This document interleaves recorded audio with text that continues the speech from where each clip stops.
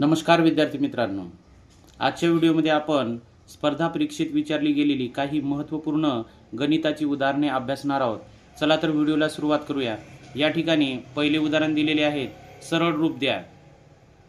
15.1/2 वजा मोठ्या कंसामध्ये 12/5 गुणिले 5/8 अधिक छोट्या कंसामध्ये 7/1.3/4 कंस पूर्ण गुणिले 2.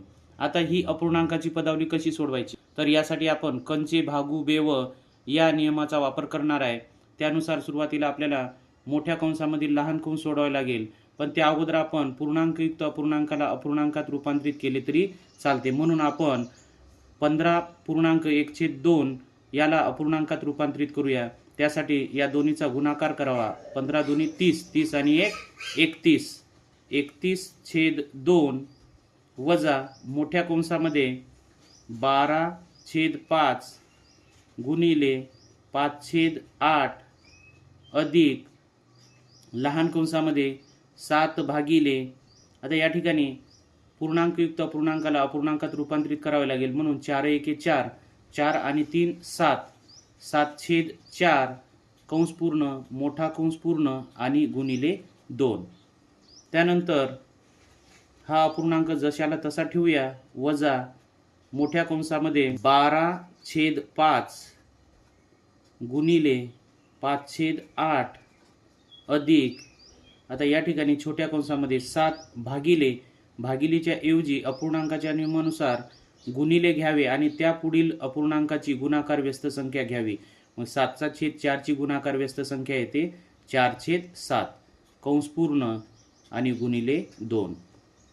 त्यानंतर 31/2 वजा मोठ्या कंसामध्ये 5 1 5 नंतर 4 त्रिक 12 आणि 4 दुनी 8, म्हणजे आपल्याला या ठिकाणी अपूर्णांक मिळालेले आहे 3/2 अधिक छोट्या कंसामध्ये 7 1 7, 7 1 7 म्हणजेच या ठिकाणी आलेले आहे 4/1 आणि हा कंस पूर्ण गुणिले 2.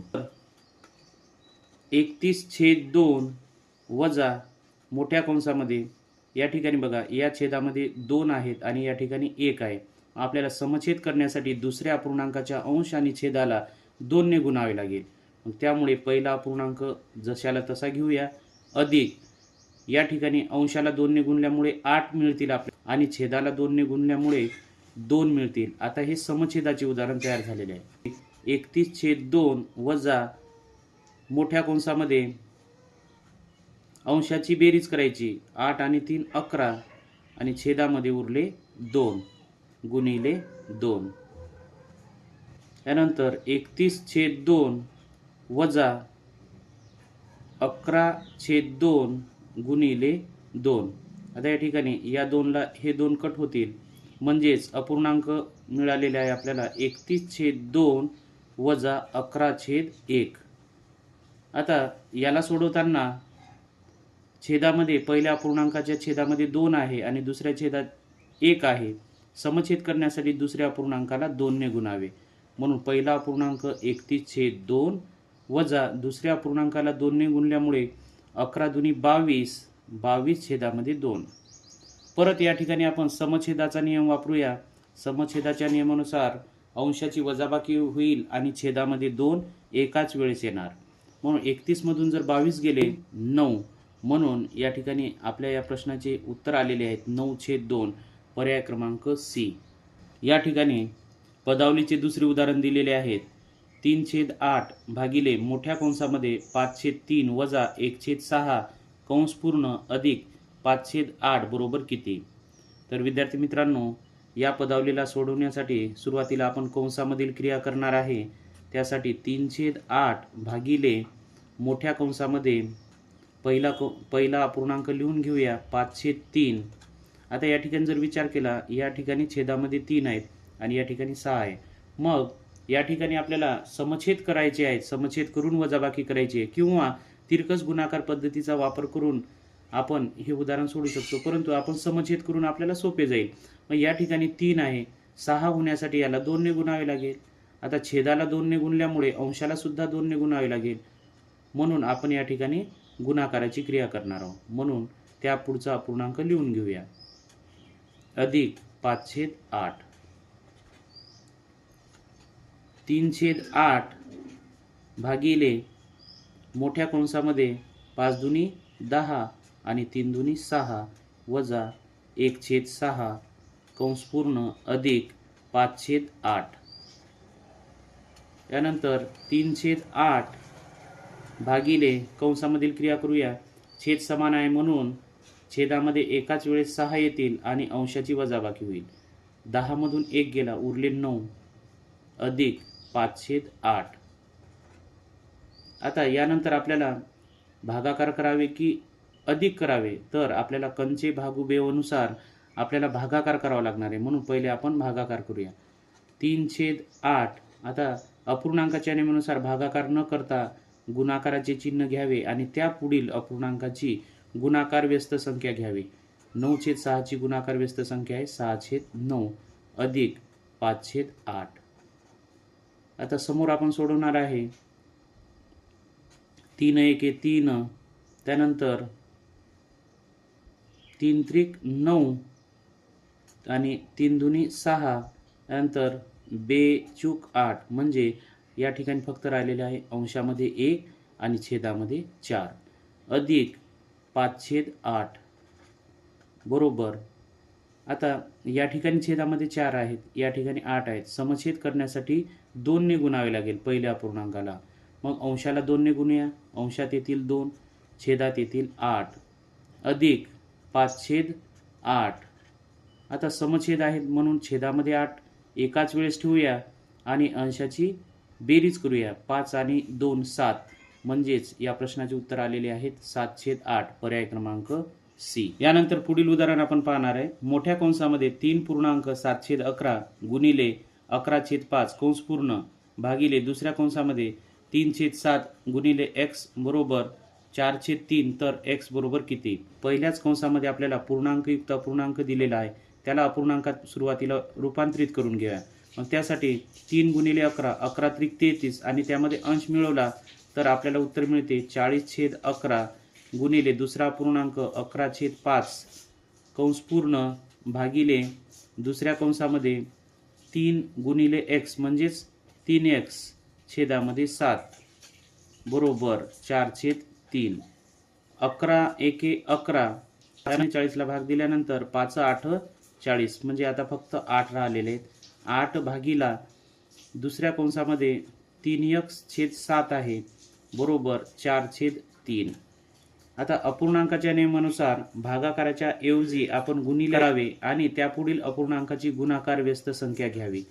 3x/7 ची गुणाकार व्यस्त संख्या आहे 7/3x बरोबर 4/3.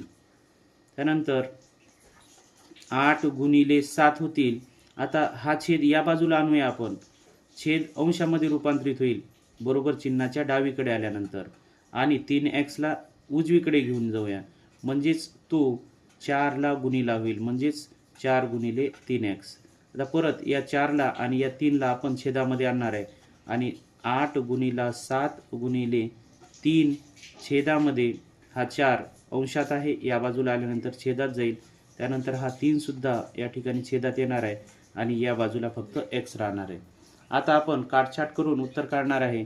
त्यासाठी 4 1 4, 4 दुनी 8, 3 1 3, 3 1 3 अंशामध्ये 2 आणि 7चा गुणाकार केला तर उत्तर मिळते 14 बरोबर. म्हणजे x ची किंमत आलेली आहे 14, पर्याय क्रमांक बी. नंतर पुढील उदाहरण आहे. जर 15 - 15 भागिले 15 गुणिले 6 बरोबर x तर x बरोबर किती?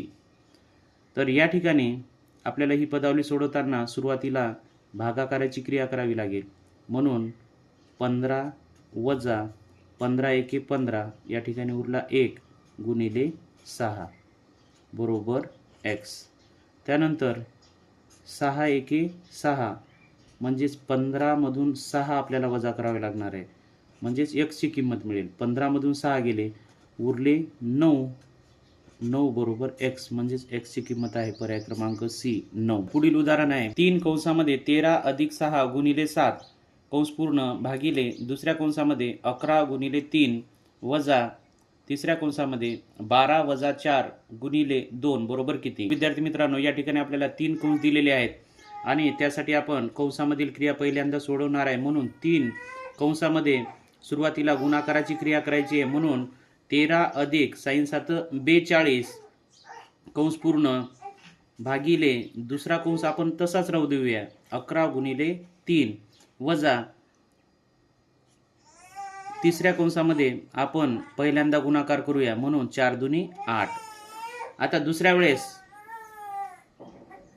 3 कंसामध्ये या दोन्हीची बेरीज करूया. ही बेरीज केली तर आपल्याला उत्तर मिळते 55 भागिले 11 गुणिले 3 वजा, आता ही वजाबाकी करून घेऊया म्हणजे वजाबाकी येणार आहे 4. आता 3 आणि या कंसामध्ये चेचा संबंध आहे म्हणजे गुणिलेचा संबंध आहे. म्हणून 3 गुणिले 55. आता हे भागिले आडव्या मांडणीत आहे, आपण उभ्या मांडणीत करून घेऊया.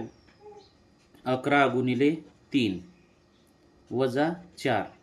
या ठिकाणी 11 एके 11 आणि 11 पाची 55.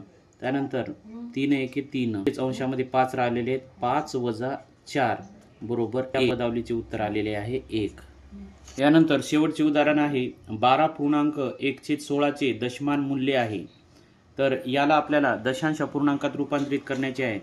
तर त्यासाठी आपण 12.1/16 यामध्ये पूर्णांक काय आहे 12, म्हणून 12 नंतर दशांश चिन्ह द्यावे. आता दशांश चिन्ह दिल्यानंतर 1 0 आपण घेऊ शकतो म्हणजे अंशात होतील 10, पण 16ने 10ला भाग जात नाही म्हणून शून्याचा भाग देऊया. त्यानंतर 10तून 0 गेले उरले 0. त्यानंतर 0 दिल्यानंतर परत भाग जात नाही म्हणून 1 0 आपण घेऊया. आता 16 85 आणि 16 96 म्हणजे 6चा भाग बसणार आहे. 100 मधून 96 गेले उरले 4. 1 0 घेऊया. 16 दुनी 32 उरले 8 आणि 16 पंच 80 म्हणजे 12.1/16 चे दशमान मूल्य आहे. पर्याय क्रमांक सी हे आपलं उत्तर आहे.